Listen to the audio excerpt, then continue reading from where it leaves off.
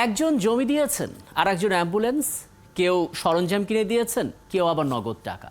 এভাবেই সকলের উদ্যমে গড়ে উঠেছে মৌলভীবাজারের কমলগঞ্জ উপজেলার শমশেরনগর ইউনিয়নের মরাজানের পাড় এলাকার শমশেরনগর হাসপাতাল।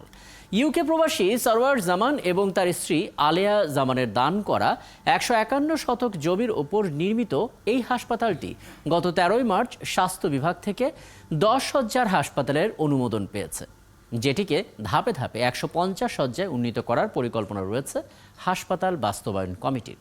এই হাসপাতালটিতে সেবা পেতে ধনী এবং সচ্ছল রোগীদের চিকিৎসার সম্পূর্ণ ব্যয় বহন করতে হলেও মধ্য আয়ের রোগীরা কম টাকায় আর দরিদ্র প্রান্তিক আয়ের মানুষ বিনামূল্যে একই সেবা পাবেন। কিভাবে গড়ে উঠলে হাসপাতালটি, সেই কথাটাই জানার চেষ্টা করব। আমাদের সঙ্গে যুক্ত হচ্ছেন এই শমশেরনগর হাসপাতাল বাস্তবায়ন কমিটির সভাপতি জনাব সেলিম চৌধুরী। জনাব সেলিম চৌধুরী, আপনাকে আমন্ত্রণ জানাচ্ছি এবং প্রথমত আপনাকে সাধুবাদ, কারণ এরকম উদ্যোগ খুব একটা দেখা যায় না, যেটা অনেকেরই ভরসার একটা আশ্রয়স্থল হবে, এটা আমাদেরও প্রত্যাশা। আমি আপনার কাছে একবারে ছোট করে পুরো ঘটনাটা জানার চেষ্টা করব, কিভাবে এই আইডিয়াটা মাথায় এলো যে এই কাজটা করতে হবে। একটা ব্যাপক অর্থায়নের প্রয়োজন ছিল, সেই অর্থায়নটা কিভাবে জোগাড় হলো এবং দিন শেষে আসলে হাসপাতালটা কতটুকু প্রস্তুত? আসলে উদ্যোগটা প্রথমে আমাদের এরিয়ার লোকেদেরই একটা ডিমান্ড ছিল যে এই এরিয়াতে আসলে ভালো কোনো হাসপাতাল ছিল না।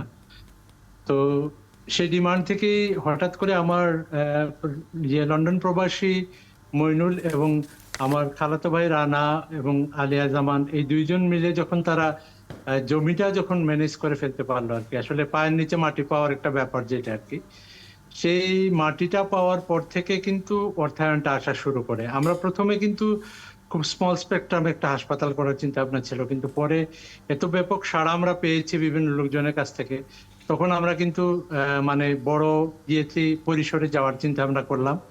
এবং আমরা এখন যে বিল্ডিং আমরা যে হাসপাতালটা শুরু করেছি, এটা আসলে আমাদের অ্যাডমিনিস্ট্রেটিভ বিল্ডিং।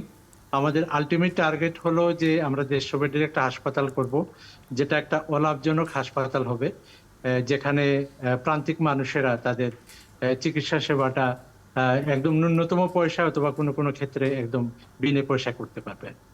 চমৎকার। কিন্তু এই বিষয়টা তো আসলে মনিটরিংয়েরও প্রয়োজন আছে, অর্থাৎ সাধারণ মানুষ ঠিকঠাক তাদের সেবাটা পাচ্ছে কিনা সেটা আসলে কতটুকু নিশ্চিত হবে, কিভাবে বা আপনারা আসলে জানতে পারবেন? কোন জিনিসটা? হাসপাতালে যারা সেবা নিচ্ছেন, বিশেষ করে প্রান্তিক অঞ্চলের যারা মানুষ, যারা আসলে নিম্ন মধ্যবিত্ত দরিদ্র, তারা আসলে ঠিকঠাক সেবাটা পাচ্ছেন কিনা সে বিষয়ে নজরদারিটা কিভাবে থাকবে? কারণ আমরা অনেক সময় দেখি অনেক মহৎ কিছু উদ্যোগ থাকে, কিন্তু দিন শেষে কোথাও না কোথাও হয়তো একটা গলত তৈরি হয়। সেই দিকটা কতটা সচেতন আপনারা? না, আমাদের একটা ক্লোজ মনিটরিং তো অবশ্যই থাকবে। মানে আমাদের যেই কমিটিটা আছে, কমিটির বিভিন্ন লোকজন এটার সাথে সবসময় সার্বক্ষণিক আমরা এটা তত্ত্বাবধানে থাকবো। আমাদের কমিটির কেউ না কেউ অবশ্যই হাসপাতালে উপস্থিত থাকেন যখন এটা, এখন যেহেতু আমরা পরীক্ষামূলক চালাচ্ছি, এই সময়টাতে কেউ না কেউ উপস্থিত থাকেন।